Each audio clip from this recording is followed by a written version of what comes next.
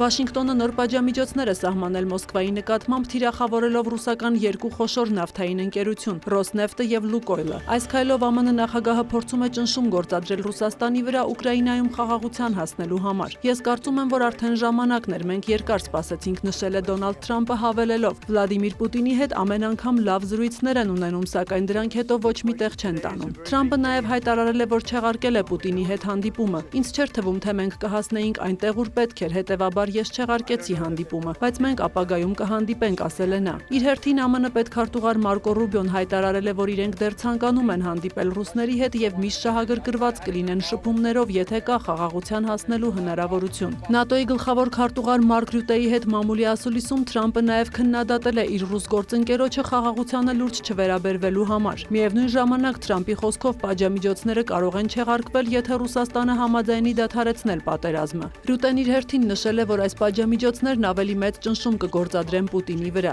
Անցյալ շաբաթ էլ Ռոսնեֆտի եւ Լուկոյլի նկատմամբ պատժամիջոցներ էր սահմանել Մեծ Բրիտանիան։ Այս երկու ընկերությունները օրական 3.1 միլիոն բարել նավթ են արտահանում։ Մոսկվայի ամենախոշոր գնորդներն են Չինաստանը, Հնդկաստանը եւ Թուրքիան։ Նյու Դելին սակայն նախատեսում է կրճատել ռուսական էներգակիրների ներմուծումը, ինչի դիմաց ըստ տարբեր աղբյուրների Վաշինգտոնը կնվազեցնի հնդկական ապրանքների նկատմամբ մաքսատուրքերը։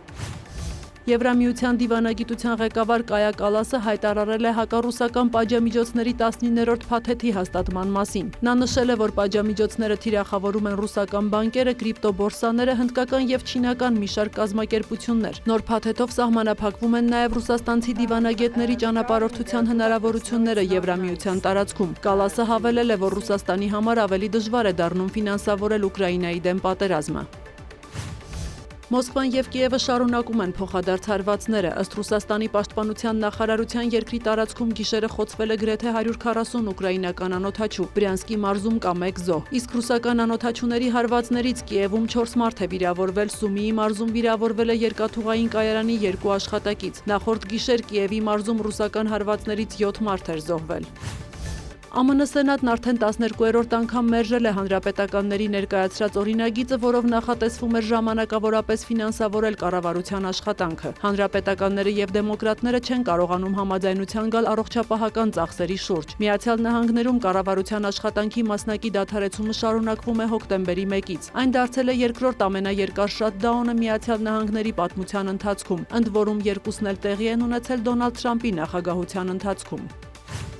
Եվրամիությունը եւ Եգիպտոսը ստորագրել են մի շարք համաձայնագրեր ուղղված քաղաքական, տնտեսական եւ անվտանգության ոլորտներում գործակցության խորացմանը։ Բրյուսելում անցկացված Եվրամիություն-Եգիպտոս գագաթնաժողովի ժամանակ Եվրահանձնաժողովի նախագահը հայտարարել է, որ Կահիրեին կտրամադրվի 5 միլիարդ եվրոյի մակրոֆինանսական աջակցություն։ Ուրսուլա ֆոն դեր Լայենը նաեւ հայտնել է Պաղեստինի համար դոնորների խումբ ստեղծելու ծրագրի մասին։ Այն կմիավորի միջազգային գործընկերներին Գազայում բարեփոխումների եւ վերակառուցման ջանքերի շուրջ։ Նա կարևորել է Եգիպտոսի միջնորդական դերն այս հարցում։